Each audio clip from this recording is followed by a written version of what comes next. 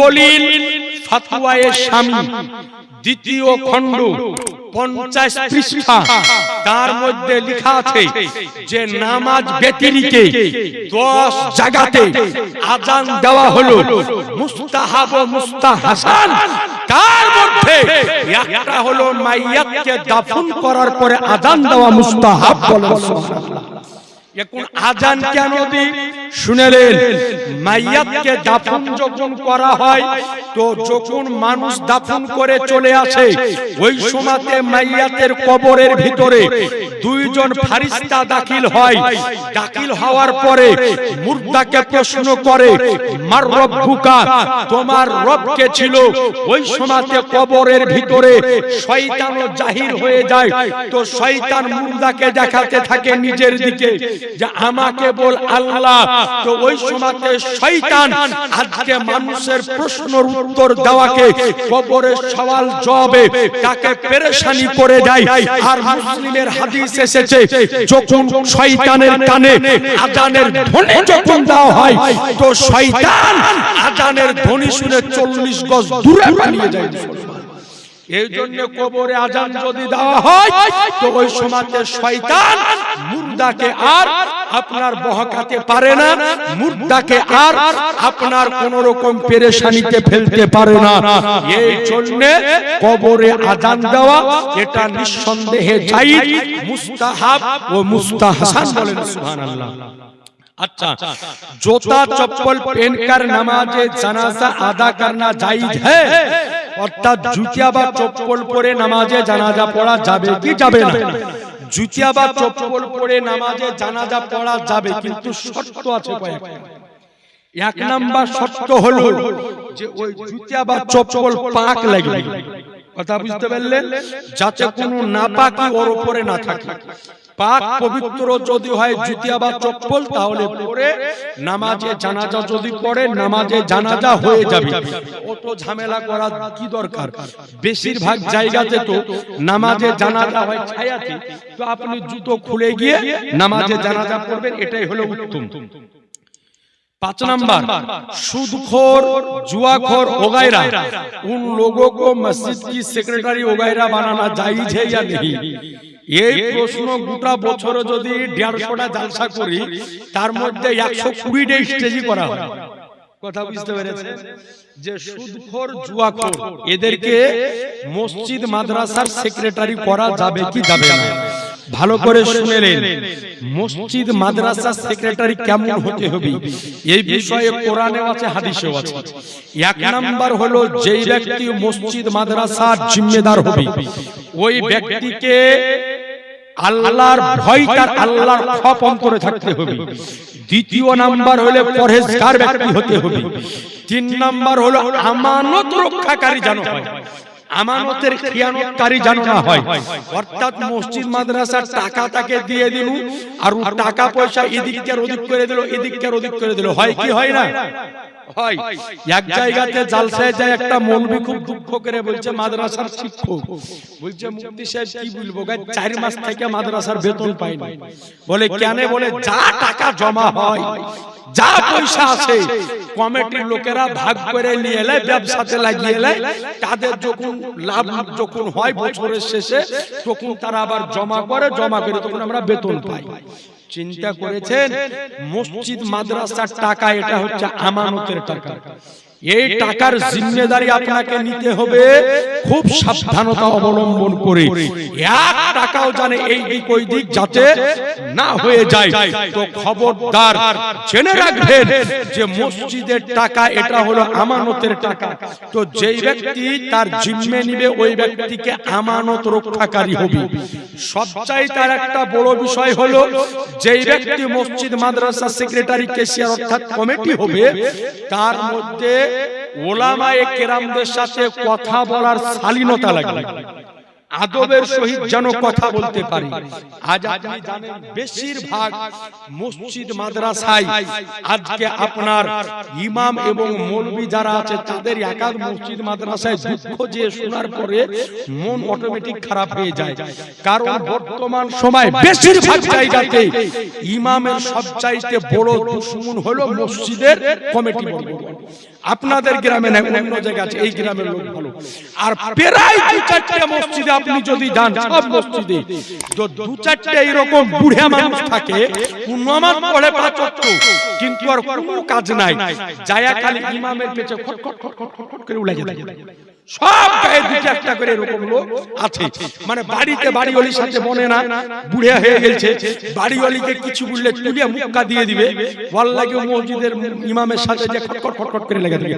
খবরদার জেনে রাখবেন, দুনিয়ার বুকে আপনার রাহবার হলো আপনার মসজিদের ইমাম। সুতরাং ইমামের সাথে ভালো ব্যবহার করবেন। জেনে রাখবেন, ইমামের সমালোচনা করা খুব সহজ, কিন্তু ইমামের মুসাল্লাতে দাঁড়িয়ে নামাজ পড়ানো চারটাখানি কথা নয়। সুতরাং ইমামের সাথে ভালো ব্যবহার করবেন। তো সুদখোর, জুয়াখোর এইরকম ব্যক্তি যদি হয়, এইরকম ব্যক্তিকে মসজিদের কমিটি বানানো যাবে না। আজ আপনি লক্ষ্য করে দেখেন, বলার উদ্দেশ্য এটাই যে আজ মুসলমানদের মধ্যে পাপের সংখ্যা বেশি। আপনি দেখেন সুদখোর মুসলমানদের মধ্যে বেশি। আরে এমন এমন লোকের সুদ খায় গো, যে চেহারা দেখলে মনে হবে যে জান্নাত থেকে পালিয়ে আসে। ও চেহারা দেখলে মনে হবে যে জিবরাইলের পেছনে নামাজ পড়ালো। পরে করে খোঁজ লিয়া দেখি যে পাকা সুদখোর, পাকা সুদখোর। আজি জানে মুহতারাম, ও খায় সুদ, কিন্তু সুদকে সুদ বলে না, ইংরেজিতে বলে ইন্টারেস্ট। জি জি, সুদ বললে খারাপ লাগছে, ওয়াল্লাহি বলে ইন্টারেস্ট। খবরদার, সুদখোর, সুদ খাওয়া, জুয়া খেলা, এই সমস্ত কাজ হলো, এগুলা হলো হারাম, হারাম, আসাদ হারাম। একটা মশলা আপনাদেরকে বলে দিব, যে কোন ব্যক্তি যদি সুদ খায়, সুদখোর আছে না নাই? আছে। তো সুদ খেতে খেতে ওর অনেক টাকা হয়ে গিয়েছে। এখন যদি ও শেষ বয়সে আসে বলে যে আমি আল্লাহর দরবারে তওবা করব, তো ওর তওবা আল্লাহ কবুল করবে কি করবে না? একটু জোরে বলেন না। আল্লাহ করতে পারে, কিন্তু তওবাটা তাকে কেমন করে করতে হবে ফতোয়াটা বলে দিব। শুনবেন, শুনবেন। একজনা 500 টাকা দেখি, দেখি একজনা 500 টাকা, একজনা দেখি। আপনার কাছে ফতোয়াটা শুনিয়ে যাচ্ছি। দেখেন, পৃথিবীর বুকে গুনাহ দুই রকম তওবা হয়। এক প্রকারের গুনাহ আপনি তওবার মাধ্যম দিয়ে মাফ হয়ে যায়। তো কেমন করে তওবা করতে হবে একটু বলে দিব। একজন ব্যক্তি 500 টাকা দিতে পারবেন না, খোদাই নবী ঘর মাদ্রাসায় একজন কোন ভাইয়ের পকেটে নাই, হাজার হাজার টাকা এদিক ওদিক চলে যায়, পকেটে না থাকলে পরে করে দিয়ে। একজন হ্যাঁ গো, বিটি ছেলের কাছে খাতা নিয়ে এখন আসেনি, দিয়েছে টাকা, এ ভাই দিয়েছে, ছেলে গেল দিয়েছে, আরো দিবে। একজন মা আমার দেন তো 500 টাকা, কোন মা আমার, হ্যাঁ কই একজন দেন তো আমার হাতে, সুবহানাল্লাহ দেন, বেশি চাই 500 টাকা। নাম কি বাবা জীবনের? মতিউর রহমান, বাপ মায়ের নামে। নারায়ে তাকবীর, নারায়ের সালাত। একজন মা আমার 500 টাকা দাও, সুবহানাল্লাহ দিয়ে দিয়েছে, সুবহানাল্লাহ। তাহলে দুজনে দিল, বিটি ছেলে একজনা, বেটা ছেলে একজনা। তাহলে এরা দুজনে শুনবেন, আপনারা শুনবেন না? তাহলে আপনারা দুজনে গেটের সামনে দাঁড়াবেন, কানে কানে বুলিয়ে দিয়ে চলে যাবো। ফ্রিতে সবাইকে শোনাবো কেন? আর একজন মা আমার 500 টাকা দেন তো, কোন মা আমার, হ্যাঁ লক্ষ্মীর ভান্ডারে 1000 করে পাচ্ছেন, একটা মাসের হাফ টাকা আমাকে দেন। মা বলেছে দেন, কোন মা আমার হোক বা কোন বোন আমার হোক, হাজার হাজার টাকা ফুলিয়ে দেন এদিকে ওদিকে, একটু দেন না, 500 টাকা দেন। সুবহানাল্লাহ নাই, আর কোন মার আমার অচলে নাই। আমি এটা ভালো করে জানি, পৃথিবীর বুকে এইরকম কোন আলেমের জন্ম হয়নি যে বিটি ছেলের আঁচল খালি করতে পারে। মানে ওর আঁচলে আল্লাহ এত বরকত দেয় যে যতবার চাইবো জি কোন মা আমার নাই, আর 500 টাকা দেনে বলি আমার হাতে দিয়ে পাঠান। একজন কোন মা হোক বা বোন হোক, 500 টাকা একটু দিয়ে পাঠান। আপনাদের মধ্যে একজন 500 হবে না, মশলাটা বলে দিব গো, আপনি পরে করে দিয়েন যদি কাছে না থাকে। আর একজন কোন ভাই নাই যে 500 টাকা দিব, সুবহানাল্লাহ।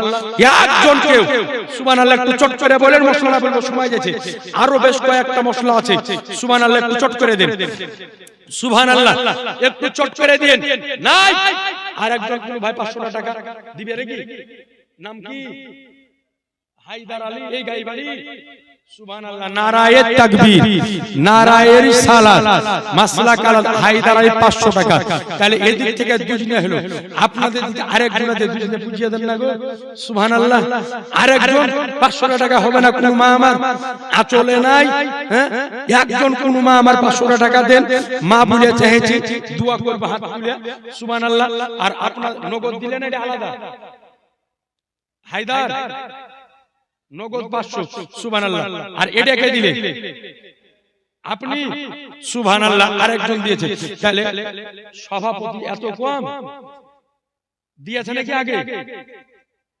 আগে দিয়েছেন হ্যাঁ তো সুবহানাল্লাহ আরো দিতে হবে জি মাদ্রাসা সভাপতি এটা তো আমি চাইছি বাইরের কেন আমি বললাম না সভাপতি সেক্রেটারি কেসিয়ার তাদের কোটা আলাদা নাকি বলছেন আমি তো চিনি না কে কোনটা ওটা আমাকে একটু দেখিয়ে দিতে হবে এই হলো সভাপতি এই হলো সেক্রেটারি মাদ্রাসা তো আপনারা তো মালিক মাদ্রাসা তো সুবহানাল্লাহি ওয়া বিহামদিহি কত করবেন একটু কানে কানে বলে দেন আমি নারাটা আপনাদের মধ্যে থেকে আরেকজন হলো না 500 টাকা সুবহানাল্লাহ আরেকজন কেউ হলো না একজন কোন মা আমার দিবেন না মশলাটা একটু আপনাকে শুনিয়ে দিচ্ছি সুবহানাল্লাহ আর একজন কোন মা আমার আর 500 টাকা একটু চট করে দিয়ে দিয়েন সুবহানাল্লাহ একটু দোয়াটাও করব আর মশলাটা ইনশাআল্লাহ আপনাকে শোনাইয়া দিব আর কোন একজন মা আমার নাই সুবহানাল্লাহ আর আপনাদের মধ্যে থেকে আরেকজন 500 টাকা দিতে পারবেন না আরেকজন কোন ভাই সুবহানাল্লাহ আরেকজন কোন ভাই আমার নাই যুবকদের মধ্যে থেকে হোক বা বয়স্কদের মধ্যে থেকে হোক আর আপনাদের মধ্যে আর একজন কোন মা আমার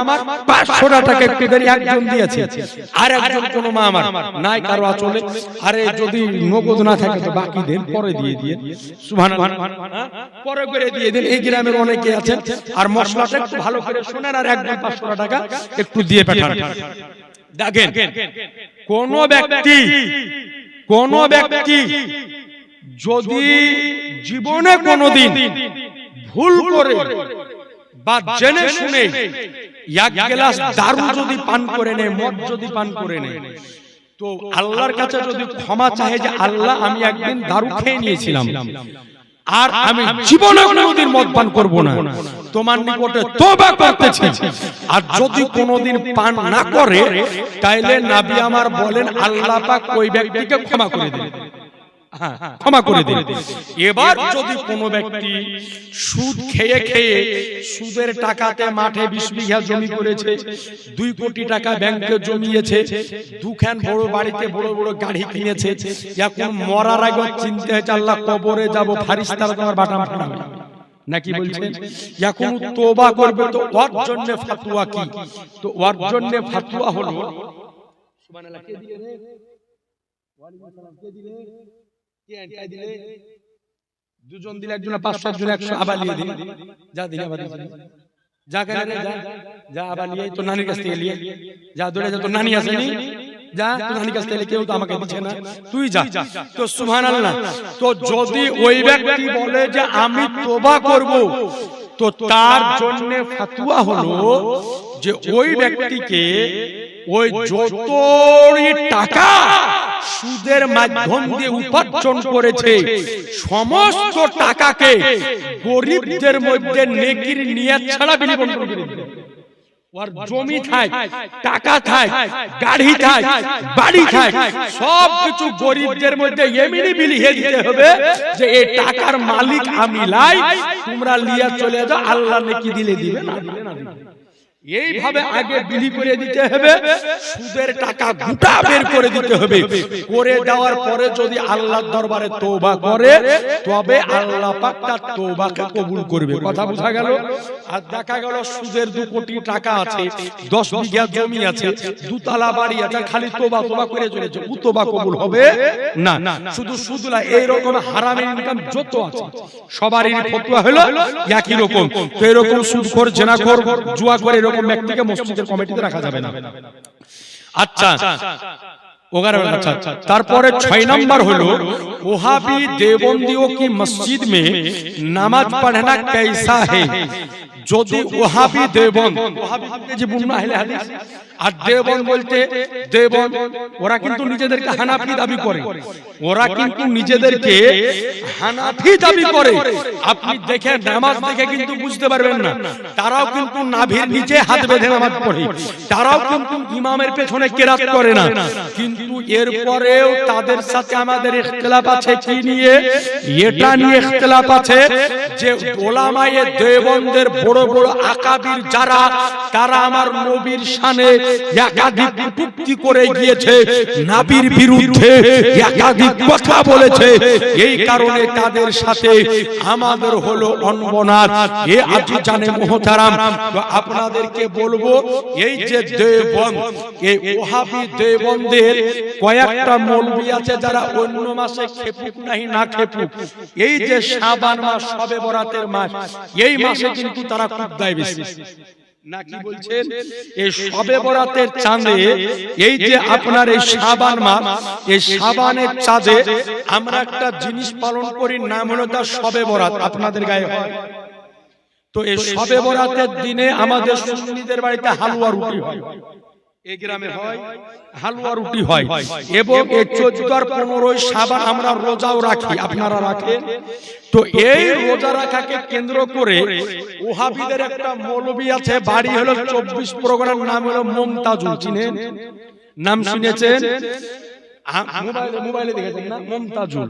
তো আমার মনে বলে যে পৃথিবীর বুকে যদি 14% লোক পাগলা থাকে, তার মধ্যে 13% মুমতাজুল একলা। বলবেন কেন?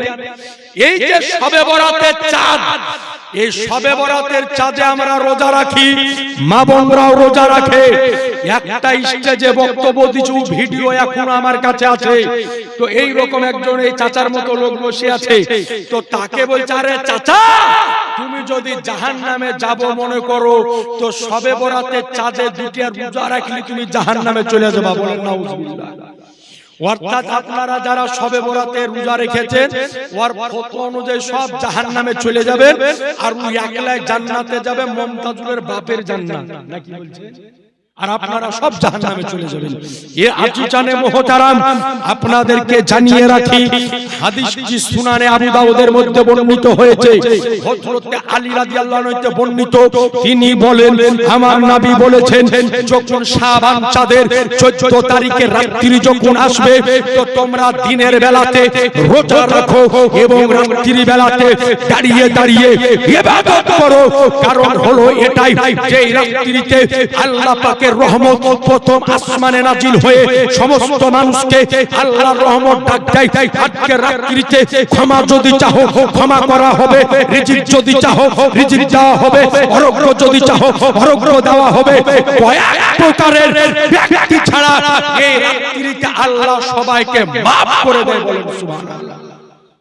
কিন্তু বলছে যে এই রাত্রিতে যদি আপনি এই দিনে রোজা যদি রাখেন, তাহলে নাকি বলে জাহান্নামে চলে যেতে হবে।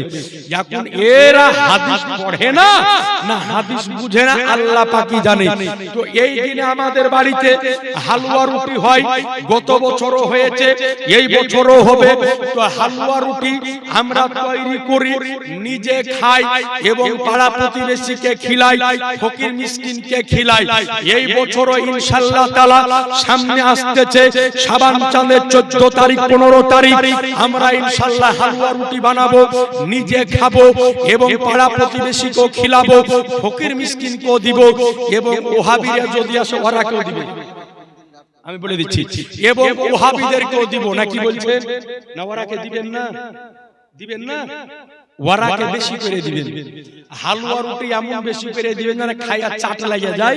সামনে বছর জানে বাড়ি অনেকে বলে যে বানা, আমরাও খাবো। নাকি বলছেন?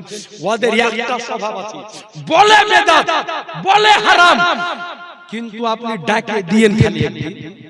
আপনার যদি হালুয়ার হাড়িকে খাইয়া উল্টে না দেয়, বলে বেদাত, বলে হারাম, কিন্তু পালে দুনিয়া খাইয়ে নেয়। নাকি বলছেন? তো যেই জিনিস করা না যায় খাওয়াও না যায়। নাকি বলছেন? তো আমি কয়েকটা জিনিস এই হালুয়া রুটির বিরুদ্ধে তারা বলে। আচ্ছা ভাই, যে কয়টা মানুষ আমার সামনে আছে মা বোনরা হালুয়া করে, তো হালুয়া এবং রুটি, বিশেষ করে হালুয়া, তো এই হালুয়া শুধু আমরা শবে বরাতে খাই না, অন্যান্য দিনও খাই। হয় না অন্য দিনও খাই। আমি যখন ইউপিতে পড়তাম বেরেলি শরীফ, তো আমি যখন বেরেলি যেতাম তো আমার বোন একটাই দিদি আমার, তো আমার দিদি সুন্দর করে আমাকে হালুয়ার বরফি বানিয়ে দিতেন, কয়েক রকমের হালুয়া বানিয়ে দিতেন যে ভাই নিয়ে যা খাবি বেরেলিতে। তো আমি বেরেলিতে বেঁধে বেঁধে নিয়ে যেতাম। তো হালুয়া রুটি একটা হালাল খাবার, ভালো খাবার, কিন্তু হালুয়া রুটির নাম শুনলে আর আবার গায়ে আগুন লেগে যায়।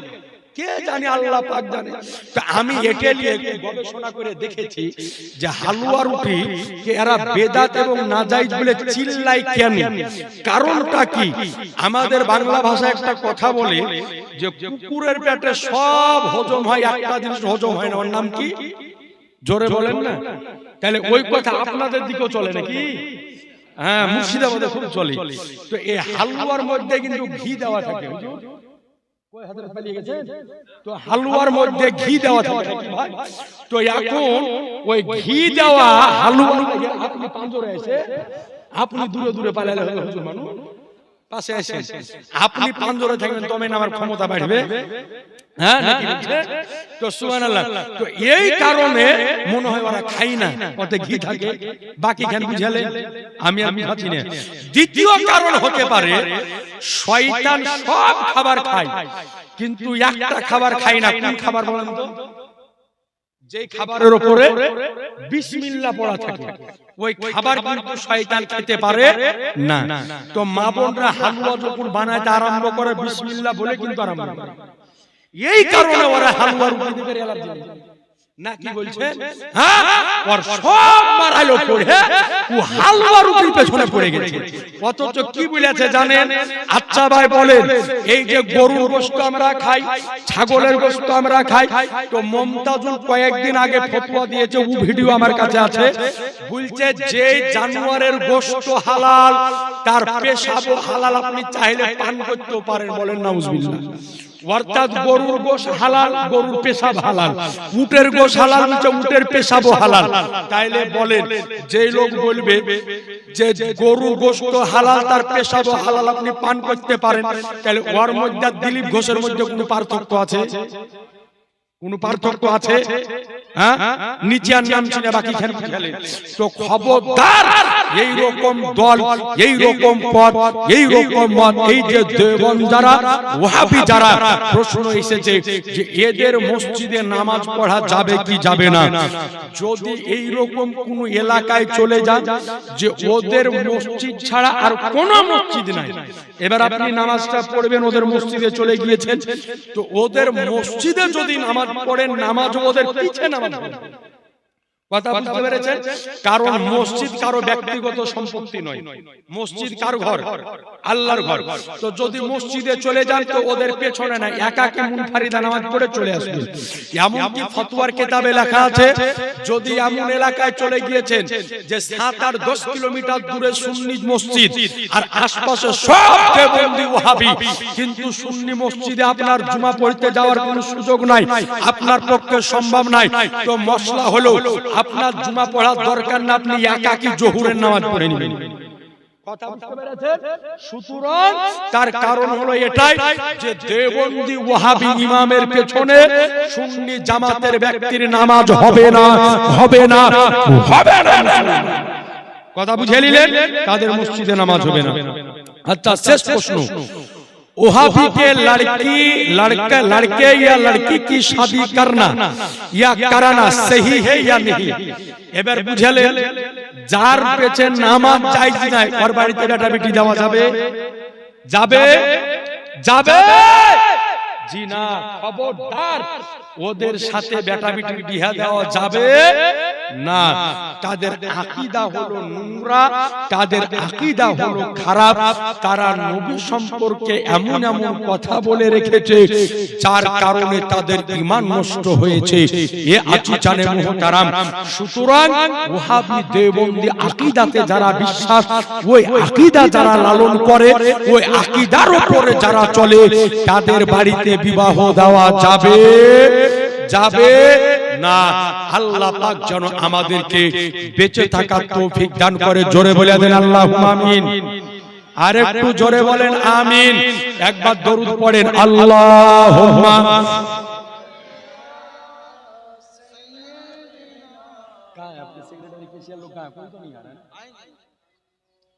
ওয়ালা আলে মুহাম্মাদ সাল্লাল্লাহু আলা